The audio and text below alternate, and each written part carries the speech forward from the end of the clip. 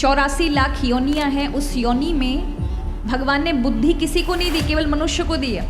कभी आपने देखा है मनुष्य क्यों श्रेष्ठ है? क्योंकि उसके अंदर बुद्धि है, उसके अंदर विवेक है। एक शेर के सामने गैया आएगी तो वो ये नहीं सोचेगा अरे गाय तो गौ माता है, मुझे नहीं खाना है, सोचेगा शेर। इसलिए हमेशा याद रखो, हमारे द्वारा अगर प्रभु ने हमें सब कुछ दिया है तो इस जीव की लालसा के लिए अपराध नहीं करो, नहीं तो दंड प्राप्त होता है।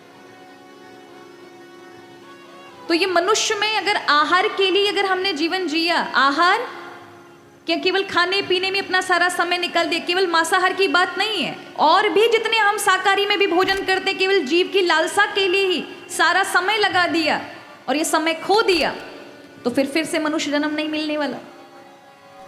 तो आहार निद्रा यानी सोने में, भय हर चीज के डर में, कल क्या होगा, ऐसा ना हो जाए वैसा ना हो जाए, इस डर में आहार निद्रा भयम मैथुनम, और संसार में बाल बच्चे पैदा करने में ही सारा समय निकाल दिया। किन किन चीज़ों में? खाने में, सोने में, भयभीत होने में यानी डर में होने में, और संतान पैदा करने में, और कैसे परिवार बढ़े इसी में ही लगा दिया सारा समय।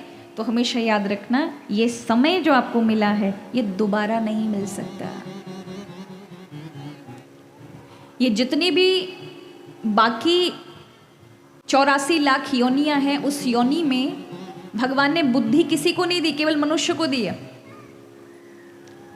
कभी आपने देखा है मनुष्य क्यों श्रेष्ठ है? क्योंकि उसके अंदर बुद्धि है, उसके अंदर विवेक है।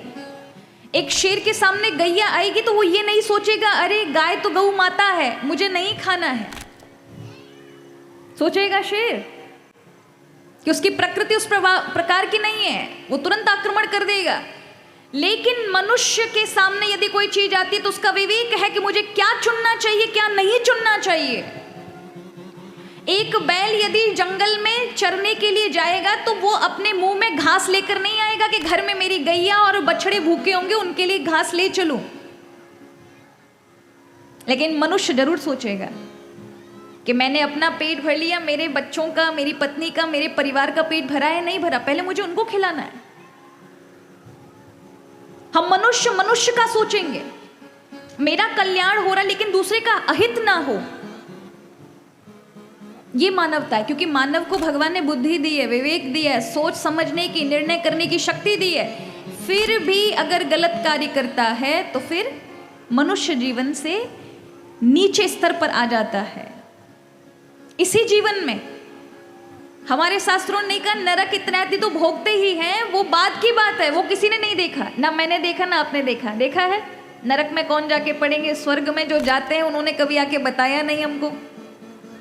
दादा बाबा जाते हैं तो बताते हैं कभी आकर के कि हम स्वर्ग में बेटा बहुत खुशी खुशी रह रहे हैं, या किसी ने आके बताया कि नरक में है? इसी जीवन में व्यक्ति को मिलता है। तो ये कोई अलग युग की या अलग किसी जन्म की बात मत सोचना।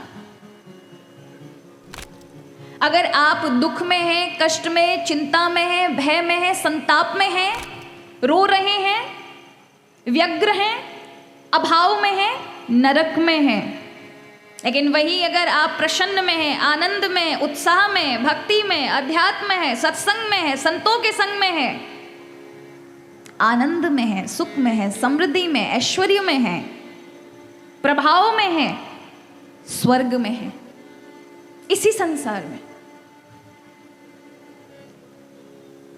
इसलिए कहा कि मनुष्य को केवल मनुष्य नहीं बनना है, हम मनुष्यों को मानव बनना है, और उस मानव से शिव की ओर जाना है, शिव बनना है। वो मानव बनेंगे कैसे?